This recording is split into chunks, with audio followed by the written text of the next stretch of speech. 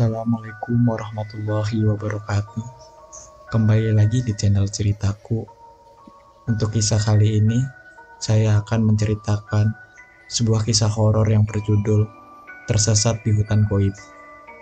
Dan sebelum kita lanjut ke ceritanya, tekan dulu tombol like video ini, dan jangan lupa tekan juga tombol subscribe channel ini, dan nyalakan juga lonceng notifikasinya agar tidak ketinggalan cerita-cerita lainnya dari channel ini.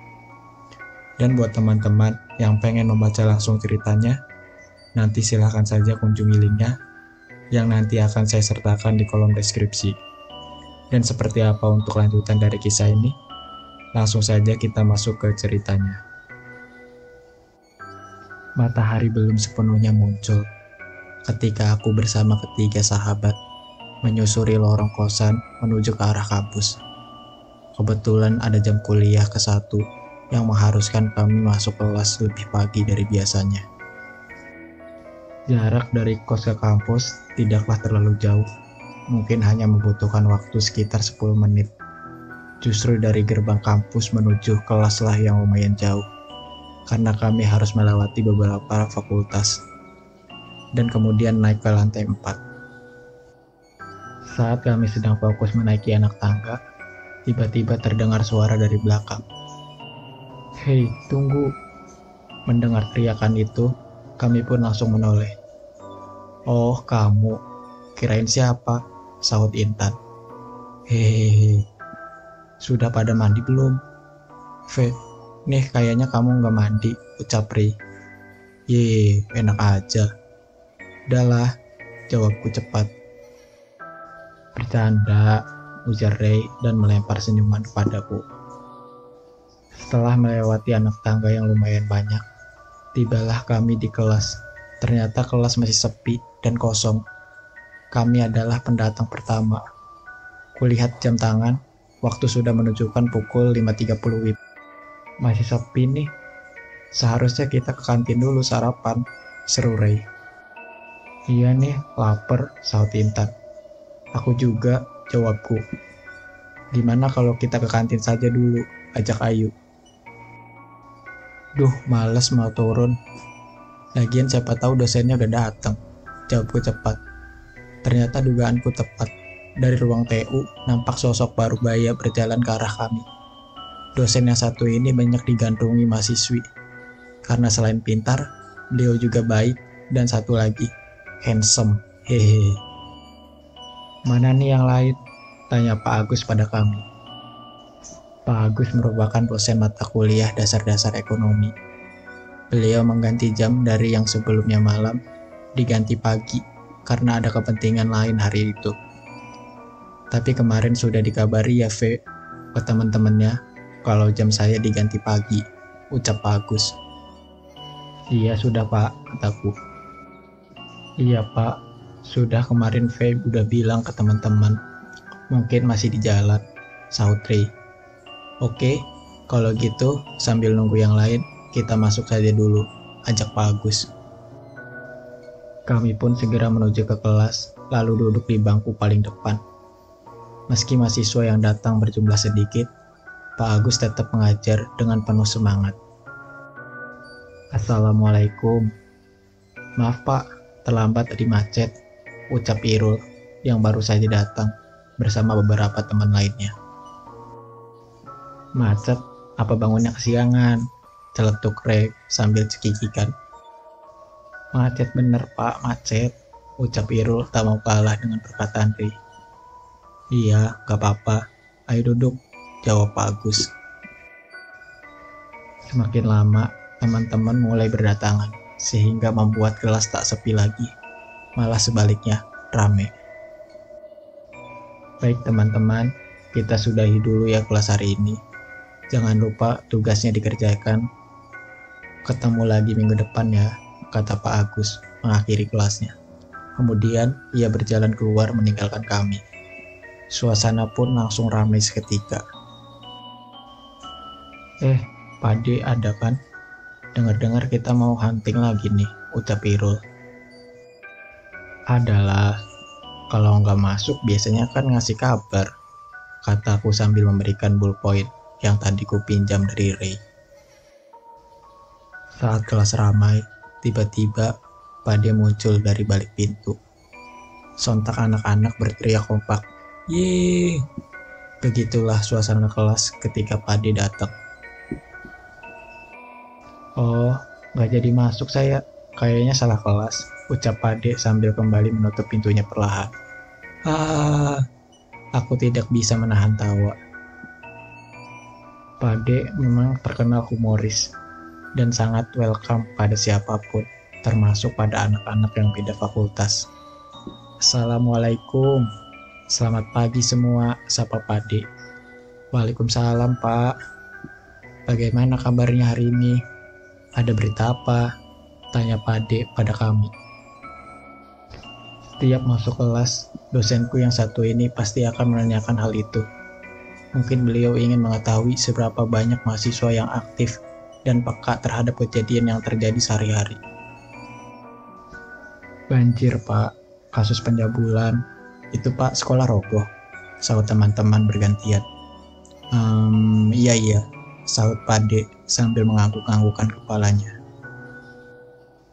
Entah kenapa, mata kuliah yang satu ini terasa asik dan menyenangkan.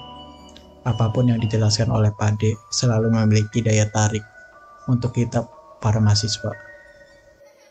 "Oh iya, minggu depan kita hunting lagi ya. Kali ini tempatnya di Nagelan."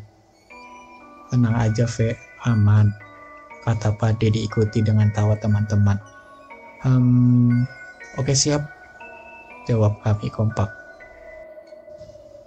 "Yang perlu dibawa ya seperti biasanya saja, mungkin ditambah dengan tenda. Nanti saya bawa juga. Kalau teman-teman punya, silahkan dibawa. Soalnya kita buat camp nanti. Di sana nggak ada rumah singgah atau apapun itu. Benar-benar hutan. Penerangan juga nggak ada. Jadi siap amunisi yang banyak," jelas Pade sambil menyodorkan selembar kertas padaku. "Ini nanti difotokopi ya, bagikan ke teman-temannya. Ini sudah ada schedule lengkap dan apa saja yang perlu dibawa," ujar Pade. "Baik, Pak," jawabku sambil melihat apa aja isi kertas yang diberikan Pade. "Oh iya, Hendra, kamu anak Mapala kan? Nanti pinjam tenda ya ke UKM buat tambah-tambah," ucap Pade. "Siap, Pak. Tenang kalau masalah itu," jawab Hendra cepat. Aku senang setiap kali akan hunting. Bagiku dengan praktek lapangan secara langsung seperti ini terasa lebih mengena ketimbang hanya membahas teori. Karena itulah mata kuliah fotografi ini menjadi mata kuliah favoritku selama di bangku kuliah. Hari yang kami nantikan akhirnya tiba juga. Seperti biasa, kami berkumpul di titik poin yang sudah disepakati bersama. Halaman samping masjid kampus menjadi tempat yang selalu kami pilih untuk tempat berkumpul sebelum perjalanan dimulai. "Kayaknya kita terlambat deh," ucapku pada Intan. "Iya, ayo buruan." Karena semalaman begadang, aku dan ketiga sahabatku akhirnya kesiangan. Duk, duk, duk. Kami berlari cepat menuju halaman samping masjid kampus. "Maaf terlambat," kataku pada teman-teman yang mungkin sudah lama berada di sini. "Gak apa-apa, lagian masih belum kumpul semua," terdengar suara Pade dari belakangku. Saat aku menoleh, kulihat beliau sedang asik membersihkan lensa kameranya. "Barangnya ditaruh saja dulu, sambil nunggu yang lain," ucap Pade. Kami pun segera menaruh tas, lalu duduk bersama teman-teman yang sudah datang. "Rul, dari tadi nih," kataku sambil memundarkan tali sepatu yang lepas. "Lumayan lah," jawabnya santai. "Ray mana?" tanyaku lagi. "Kayaknya gak ikut tuh anak," sahut Irul sambil sedikit tersenyum. "Loh, kenapa? Kok gak ngasih kabar ya kalau dia gak jadi ikut?" "Cie, khawatir amat," jawab Irul. "Iyalah Rul," jawab Intan. Aku hanya tersenyum mendengar ucapan itu. "Siapa yang cari aku?" tanya Ray tiba-tiba muncul sambil melirik ke arahku. "Panjang umur nih anak." "Tuh dicari bu ketua," jawab Irul cepat. Iya, maksudnya tuh kalau nggak ikut kan harus ngasih kabar dulu, biar aku bisa mencoret dari daftar absen. Hehehe, jawabku cepat menimpali perkataan Irul. Ahem, cie, suara Intan dan Irul bersahutan. Itu Padi manggil, ayo ke sana, kataku sambil berjalan mendahului mereka. Sudah siap, Pak? Ini sepertinya sudah datang semua, tanyaku pada Pade. Iya, coba dicek lagi, kata Pade.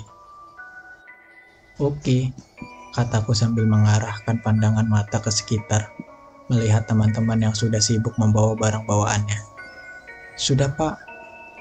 Ayo kumpul dulu, berdoa, kata Pade. Kami pun segera berkumpul, lalu berdoa bersama, dan mengecek kelengkapan barang bawaan yang sudah ada. Setelah siap, barulah kami berangkat menggunakan sepeda motor, melewati jalanan kota menuju ke arah kecamatan Tampurejo. Tepatnya di Dusun Blater, Desa Curah Nongko. Jika dari kampus, mungkin membutuhkan waktu sekitar 2 jam untuk sampai ke sana. Sepanjang perjalanan, kami konvoi dengan beraturan.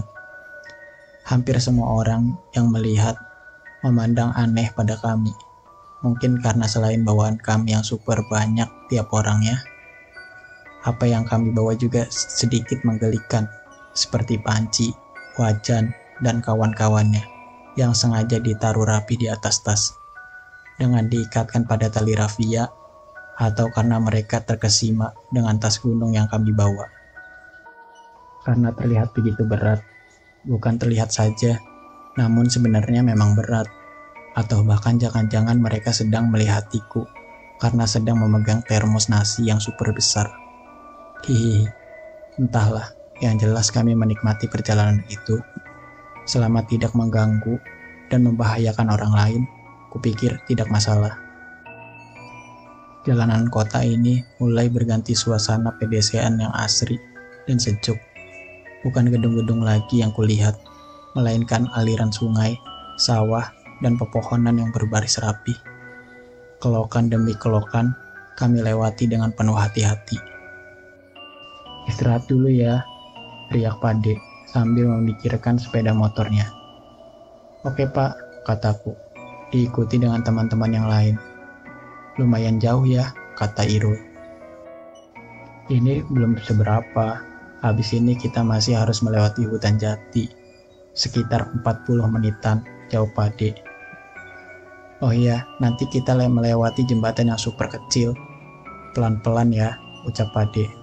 Baik Pak, sahut teman-teman. Setelah istirahat sekitar 10 menit, kami kembali melanjutkan perjalanan, melewati jalanan dengan pepohonan yang berbaris rapi, lalu berkelok ke arah kanan dan mulai memasuki wilayah hutan jati.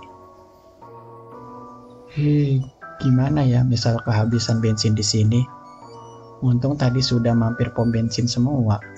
Mudah-mudahan gak ada hal-hal yang tidak diinginkan, gumanku dalam hati. Aku jadi ingat apa yang dikatakan Pade, bahwa perjalanan kali ini akan lebih berat ketimbang yang kemarin. Karena selepas ini, kami masih harus berjalan dengan jarak tempuh yang lumayan jauh. Melewati hutan jati, kami bertemu dengan jembatan yang sangat sempit dan menakutkan. Kenapa menakutkan? Karena sepertinya jembatan ini sudah terlalu tua. Sepertinya jembatan ini yang dimaksud Pade tadi, kataku. Dengan perlahan, satu persatu dari kami melewatinya dengan aman. Setelah melewati jembatan, kami masih harus melewati areal perhutani yang jalanannya masih sangat alami. Saat itu kebetulan musim penghujan, jadi jalanan yang kami lalui sangat berat. Bahkan beberapa teman terpaksa harus mendorong sepedanya. Karena jalanan yang dilalui dipenuhi dengan campuran air dan tanah liat.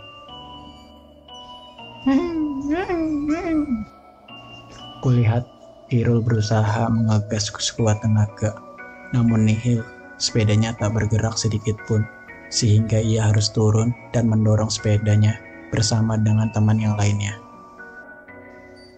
Jalanan berat yang kami lewati mengantar kami pada sebuah perkampungan. Meski berlabel perkampungan, namun rumahnya yang kulihat hanya ada beberapa saja. Ini perkampungan terakhir. Sehabis ini, kita mulai petualangan yang sebenarnya.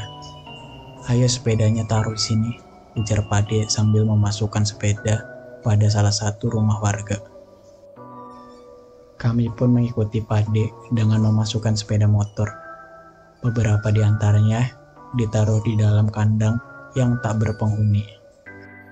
Setelah menaruh motor, kami kembali berkumpul kemudian berdoa, memohon agar perjalanan kali ini lancar dan selalu dalam lindungan Allah Subhanahu wa Ta'ala. Perjalanan kali ini lebih berat dari yang kemarin ya. Jadi sebentar lagi kita akan jalan lewat sini. Harus melewati bukit. Nah, tempat yang dituju adalah di balik bukit ini. Setelah turun dari bukit ini, kita masih harus melewati Pandang Ilalang, areal hutan, baru kemudian kita sampai.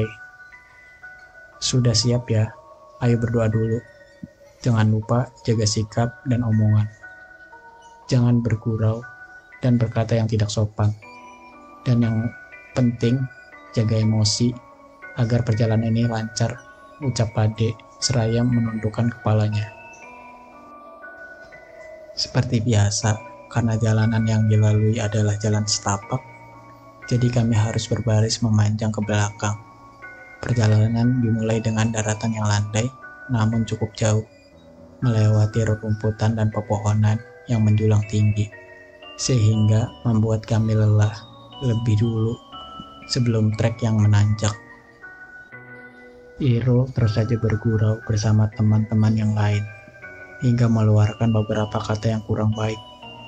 Tepat setelah melintas di pohon besar nan tua di sebelah Padang Ilalang, Irul terjatuh. Sontak membuat kami kaget. "Hei, siapa yang dorong aku?" teriaknya.